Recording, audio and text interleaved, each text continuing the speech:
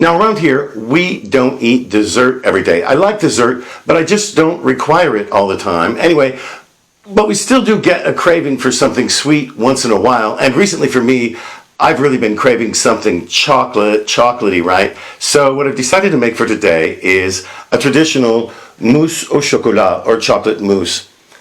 This is a really simple, elegant recipe, and I think you're just gonna love it if you haven't had it before, and you're gonna love it even if you had, because this recipe was super easy to keto-fy. It's a great dessert for people on the keto diet. Why? Well, on the one hand, it's got a big serving of fat, and on the other, it's got very low net carbs, and that's something we always want to hear. You might notice that in this case, the portions are fairly small. These are portions that are, by the way, each one garnished with whipped cream.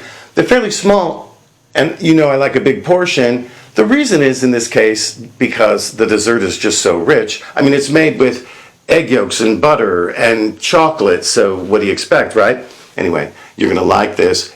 And you know, it's great for the keto diet. Speaking of which, let's talk about the macros. Now, this whole recipe, garnished with keto whipped cream, right, comes down to this: 1,427.5 calories, 12.6 grams of net carbs, 32.1 grams of protein, and a whopping 130 grams of fat for the entire recipe, mind you. Now, divided into 8 portions, each one garnished with keto whipped cream, right? Each one has 178.4 calories, 1.6 grams of net carbs, 4 grams of protein, and 16.3 grams of fat. Not bad, right? Tell you what, let's head on to the kitchen. I'll show you how to make this. As you'll see in just a moment, this recipe is really very simple, and it starts, of course, with chocolate. And here in this bowl, what I have is 4 ounces, that's 112 grams, of my keto sugar-free chocolate. And I'll put a link up here on the screen somewhere, as well as in the description below the video.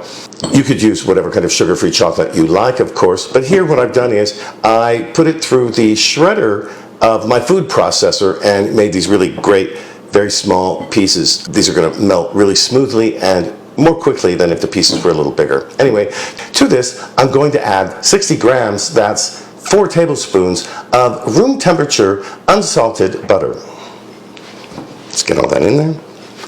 And now to melt it, of course, you can stick this in the microwave at 20-second intervals and stir it until it becomes nice and liquid.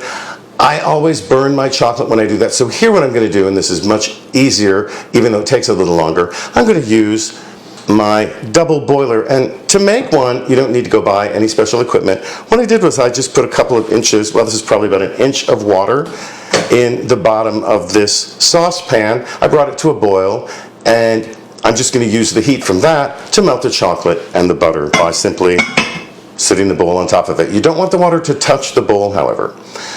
This will take probably about 8 to 10 minutes to completely melt. We'll give it a stir once in a while and just wait until it's done. After about 5 minutes, here's what mine looks like. You can see it's not completely melted. We'll just give it a stir and leave it alone for 5 more minutes or so. About 5 minutes later, here we are. Our chocolate is completely melted, nicely mixed in with the butter and really liquidy, really nice. We're going to set this aside right now so we can prepare the rest of the ingredients. Here in this bowl, I've got 4 egg yolks, and the whites I've reserved in another bowl. We'll talk about that in just a minute. And to this, I'm going to add 2 tablespoons, that's 15 grams, of powdered erythritol. Use whatever sweetener you prefer, of course, and in whatever quantity you like. We're going to mix them well using a hand mixer. You could also do this with a whisk. And I'm going to beat them until they're nice and smooth. Next, we're going to have to wash the beaters before we move on. And here are our egg whites. As you can see, they're nice and clean. Absolutely no egg yolk in there, or they won't beat up into nice stiff peaks. To this, we're going to add 1/8 of a teaspoon of cream of tartar and a good pinch of salt. And then with my hand mixer, start off kind of slowly. Starts to get a little foamy. And then at full speed to really get them to rise up.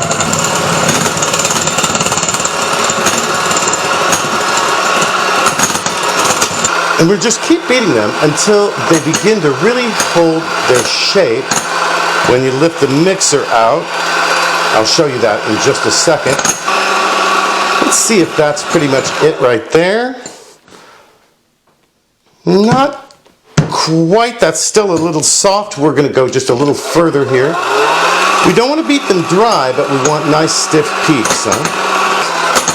I think we're just about there. Let's check this out. Oh yeah, that's very nice right there, I think. Yeah, those are nice stiff peaks. And we're ready to move on to the next step, where we actually assemble the mousse. Combine the egg yolk and sweetener with the chocolate.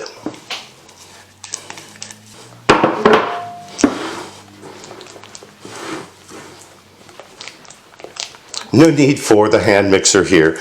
As you can see, it comes together really quickly. Nice and liquid. This is exactly what we want.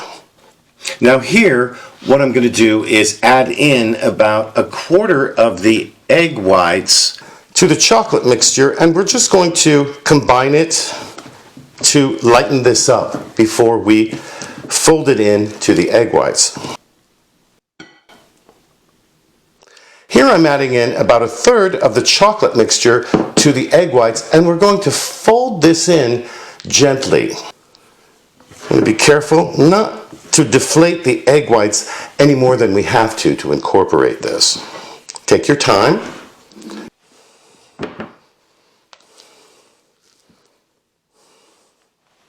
A little bit more.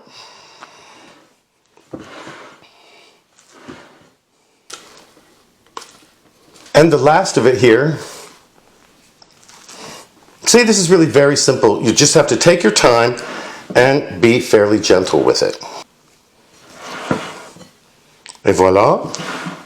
Next, all there is to do is to divide it into portions and refrigerate it for at least 6 hours before serving. For me, this makes 8 portions.